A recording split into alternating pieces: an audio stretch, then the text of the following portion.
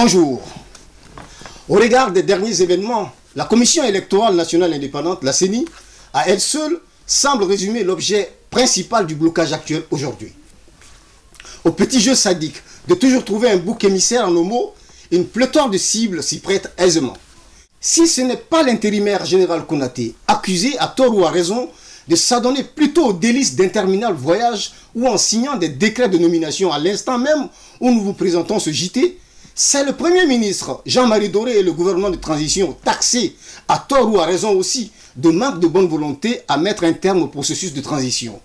Ou c'est Rabiatou Serra Diallo, présidente du Conseil national de transition et son institution, aussi accusée à tort ou à raison de vouloir chaque fois jeter des pots de banane sur le parcours de l'exécutif. Ou c'est Selou Dalen Diallo, lui aussi accusé à tort ou à raison de n'avoir pas tenu un discours conforme à l'entente de ses pourfendeurs.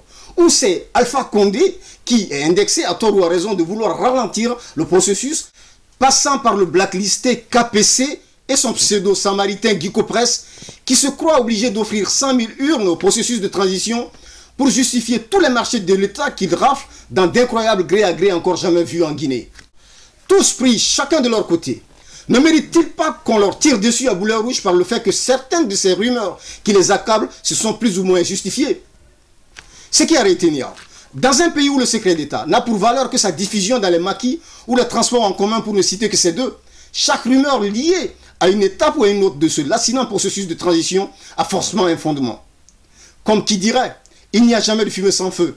Que ceux qui s'amusent avec des fumigènes ne soient pas surpris de se prendre une bonne flotte à pleine poire.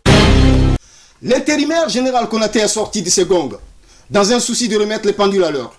Il a martelé à qui voulait l'entendre sa lassitude devant ses répétitifs reports de date pour le second tour. C'était devant tous les acteurs concernés par la dernière ligne droite de sa mission. Pour rappel, qui est l'organisation réussie d'élections libres et transparentes et la restructuration de l'armée. Qu'en est-il exactement? La réponse de la CENI ne s'est pas fait attendre. Une nouvelle date vient d'être proposée. Il s'agit du 10 octobre prochain. Les électeurs iront départager nos deux candidats qui vont de surenchère à surenchère, loin de l'apaisement et de l'atmosphère de quiétude que tout le monde souhaite de ce scrutin. On va s'intéresser donc à l'établissement maître d'œuvre ou maître d'ouvrage de ces élections. En tout cas pas les deux. L'objet de cette nuance a déjà été débattu. Les responsables du retard accusé ont été localisés à tous les niveaux possibles, sauf au sein de la CENI elle-même. La CENI, dans son état actuel, présente un aspect assez inédit comme structure. 10 représentants désignés par les partis politiques de la majorité présidentielle. C'était à l'époque de l'ancien parti-État, le PUP, qui s'est officiellement rallié à un candidat du second tour. 10 représentants désignés par les partis politiques de l'opposition, actuel Forum des Forces Vives, qui vient de se disloquer en deux entités qui ne veulent plus se sentir. 3 représentants désignés par les organisations de la société civile, syndicats et Conseil national des organisations de la société civile, et 3 représentants désignés par l'administration. Et comme c'était toujours dans la même époque du même parti-État, ces places sont aussi revenues logiquement et lamentablement au PUP qui régnait sans partage. Le but de cette précision est de se faire une idée de la tendance qu'a prise implicitement l'institution par le fait de l'irresponsabilité et du manque d'éthique professionnelle de certains de ses membres. Pourquoi occulter les dissensions politiques au sein de la CENI qui sont à la base du blocage constaté ces derniers temps? Les membres de la commission électorale ont passé plus leur temps dans les manigances à défendre un bord politique plus qu'un autre, transformant ainsi l'institution en un théâtre de conflits d'intérêts électoralistes. Cet aspect a été la charnière principale du compte-rendu du directeur du Bureau des Nations Unies pour l'Afrique de l'Ouest, Saïd Djinid, à l'intérimaire Blaise Compaoré. Comme le diraient certains, la montagne à avaler est passée comme lettre à la poste, suite à la confession de la CENI au sujet de son incapacité de ne pouvoir respecter son deadline du 19 septembre passé, seulement à 4 jours de l'échéance. Pourtant, la CENI clamait haut et fort, dans toutes les tribunes qui lui ont été offertes ces derniers temps, qu'elle était prête. De toutes ces dispositions qui ont été prises, il y a 2 qui nécessitent des délais incompressibles.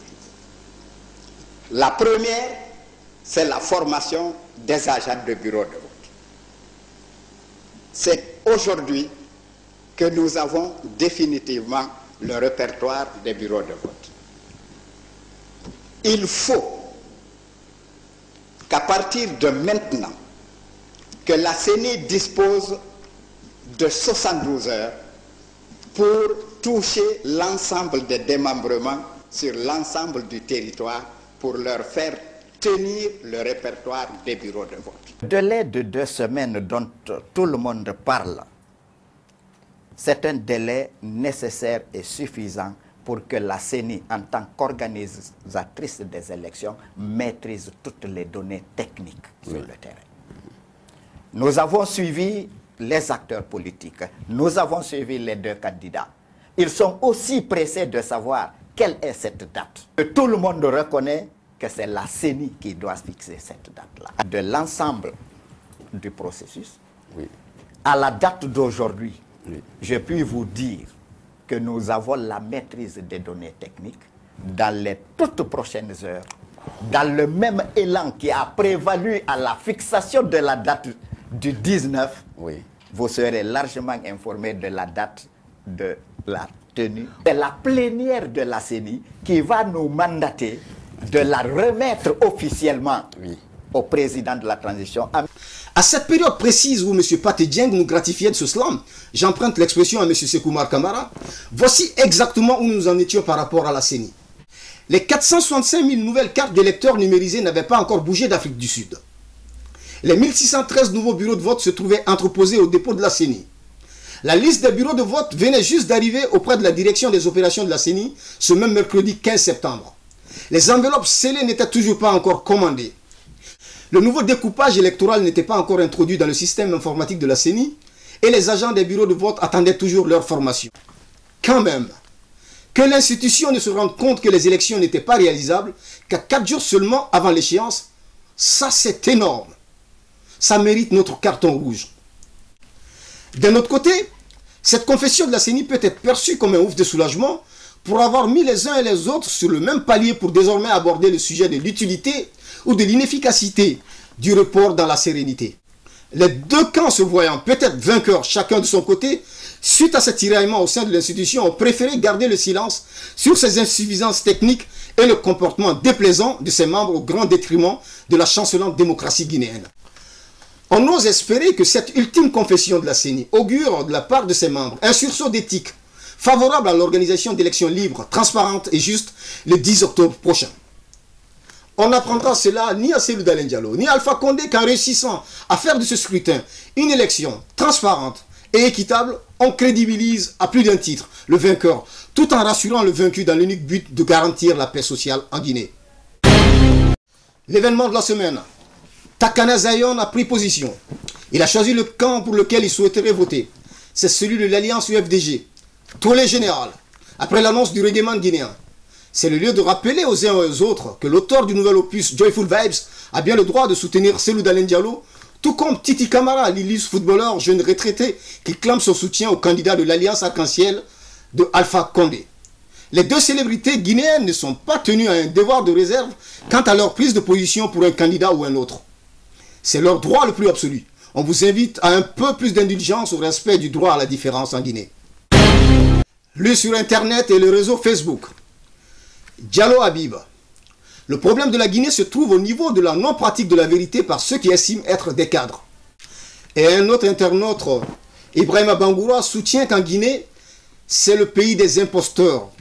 Vous vous renseignez sur une entreprise, une institution, on vous présentera le PDG jusqu'au planton avec une technicité imparable. Mais hélas, quand on gratte et on creuse un peu plus loin, on se rend compte que c'est une coquille vide, plein de magouilleurs. Merci, au revoir et à très bientôt.